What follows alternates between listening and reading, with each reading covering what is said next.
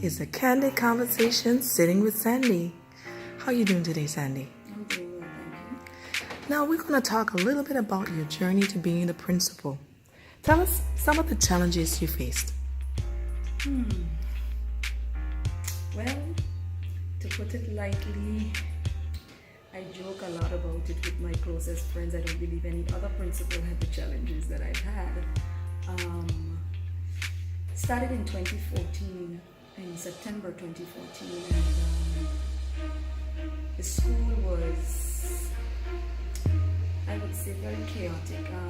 And I say that because I'm a person who likes order, always have.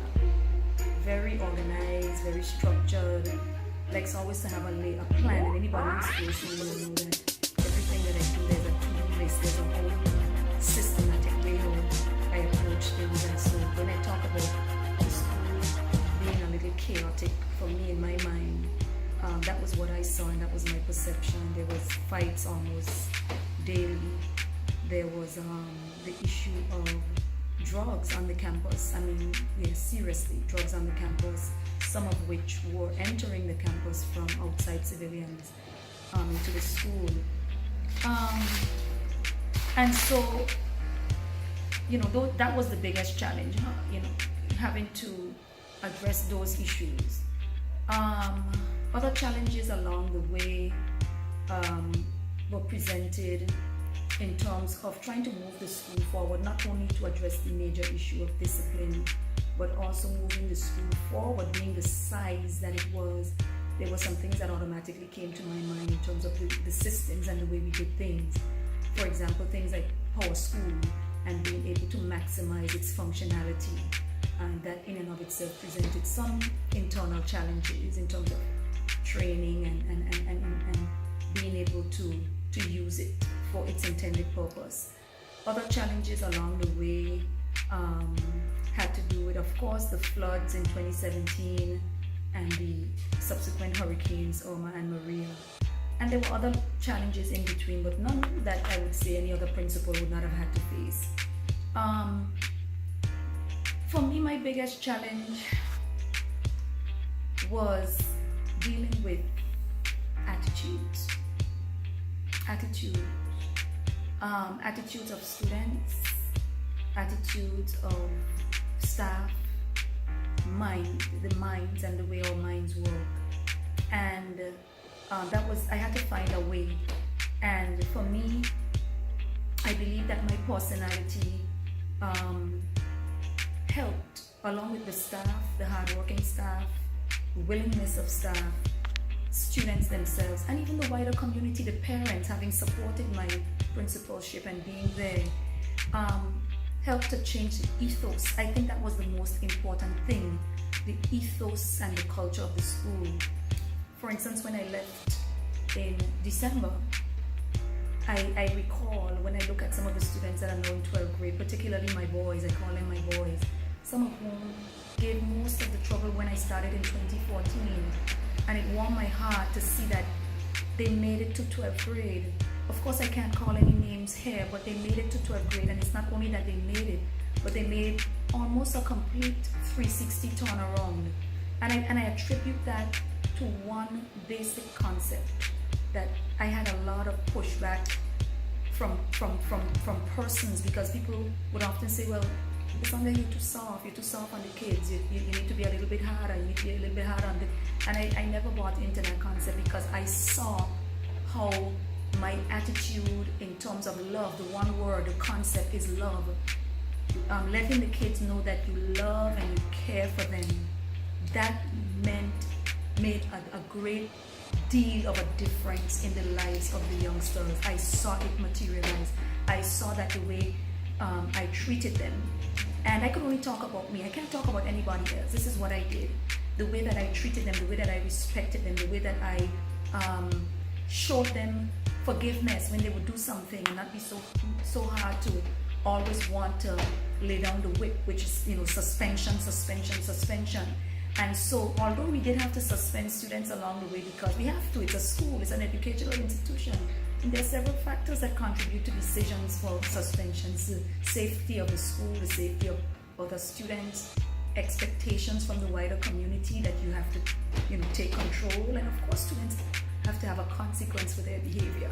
But you don't always want to suspend. You want to be able to understand that some of these students come from homes with a myriad of challenges, a myriad of social issues, and before they even come to you at the beginning of the day, they've already experienced a challenge that has already upset their entire day and their entire mental attitude. So for me as a principal, my greatest challenge, I would say, to answer the question, is with changing minds. And I don't believe that I was able to change everybody's mind. I don't think that's ever possible.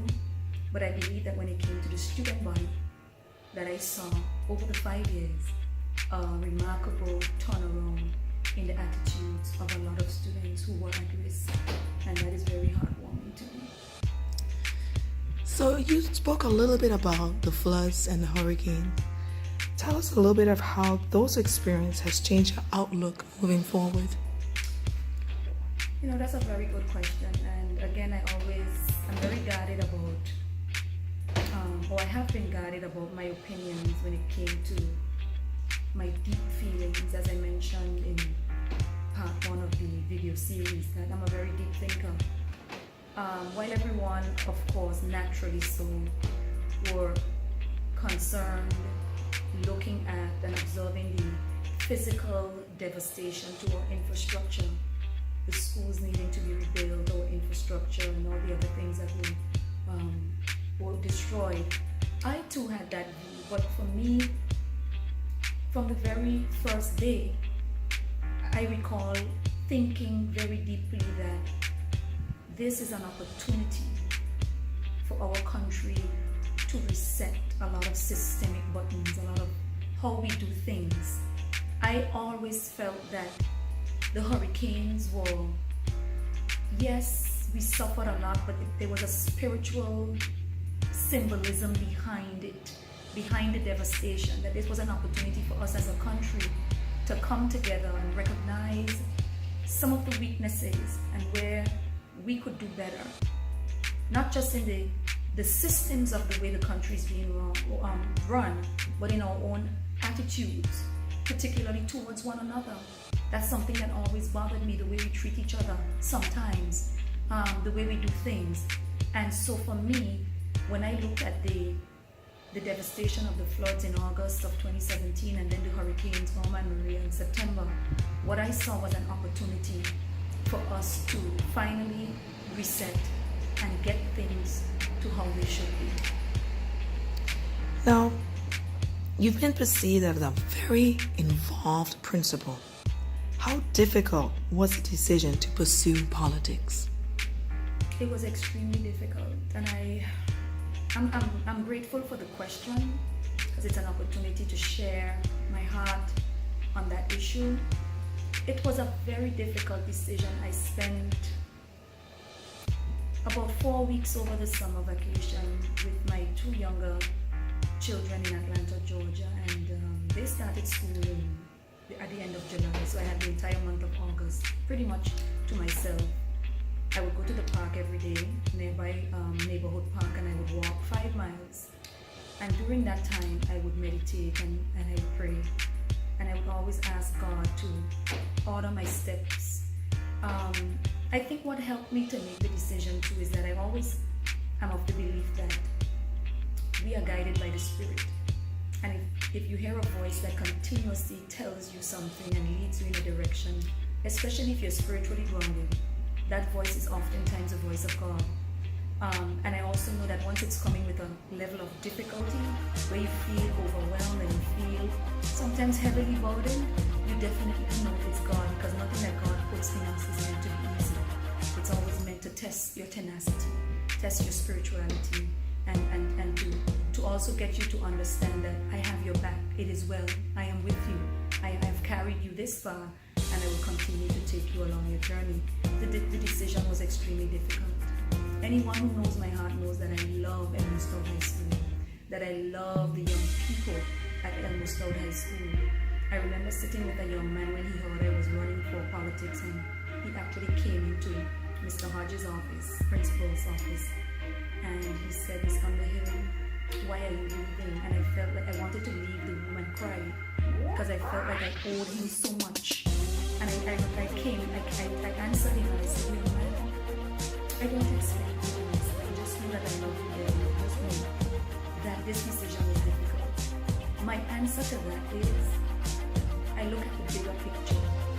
I know that I did some good work at Underhill High School, and I believe with every fiber of my being that any one of the assistant principals were capable of running a school.